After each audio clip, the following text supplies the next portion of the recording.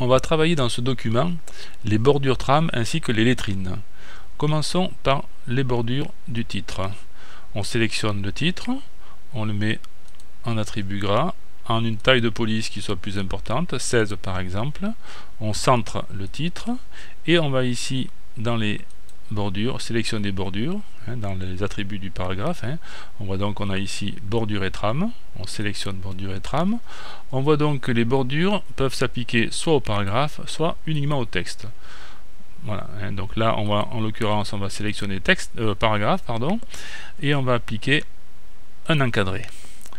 Cet encadré, on veut en plus que le texte soit relativement distant de la bordure, sachant que par option, on voit que la distance du texte en haut et en bas est à 1. On va donc l'agrandir. On va le mettre par exemple à 5. On fait OK. Donc ça, vous avez bien retenu, c'est bien à l'endroit ici, c'est bien les options de la bordure elle-même. On va ensuite mettre une trame de fond. On va donc y attribuer une couleur orangée.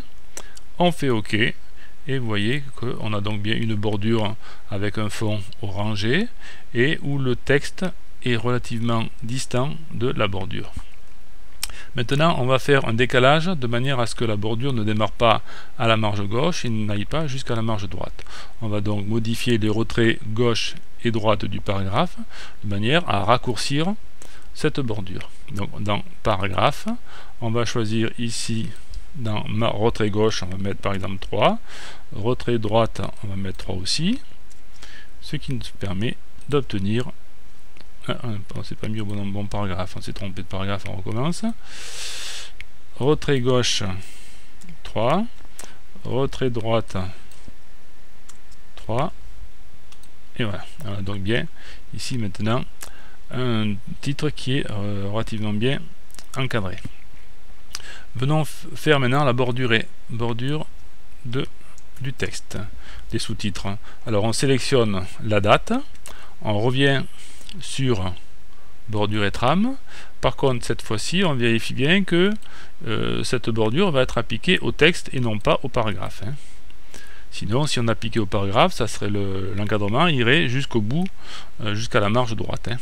Donc on a sélectionné bien appliqué à texte, on fait encadrer, OK, et on voit donc bien que le texte est encadré.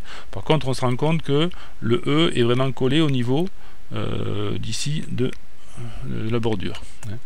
Alors ce qu'on va faire, c'est qu'on va rajouter un caractère, un espace qu'on appelle insécable, c'est-à-dire qu'il soit vraiment, qui appartienne également au mot.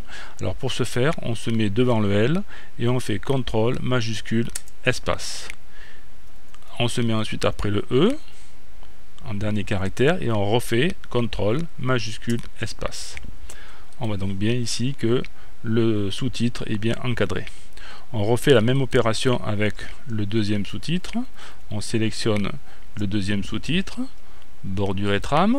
On vérifie bien que c'est appliqué à texte. On fait encadrer. OK.